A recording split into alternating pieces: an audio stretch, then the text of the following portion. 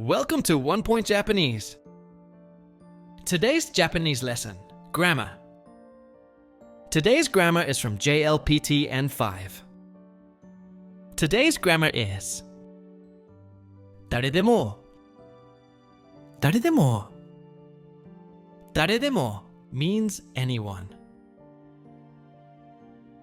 Example 1 Question 誰でも日本語を学べますか? Can anyone learn Japanese? Answer はい、学べます。Yes, they can. Example 12 Question 誰でもこの教会に来ていいですか? Can anyone come to this church?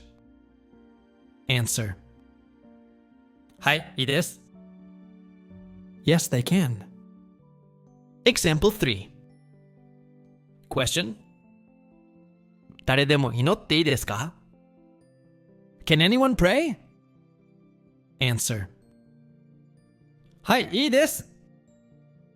Yes, they can. Review 誰でも日本語を学べます。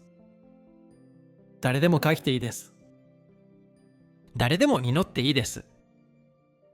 Today's grammar was 誰でも Thank you for studying Japanese with us. We upload new videos every Saturday, Tuesday, and Wednesday.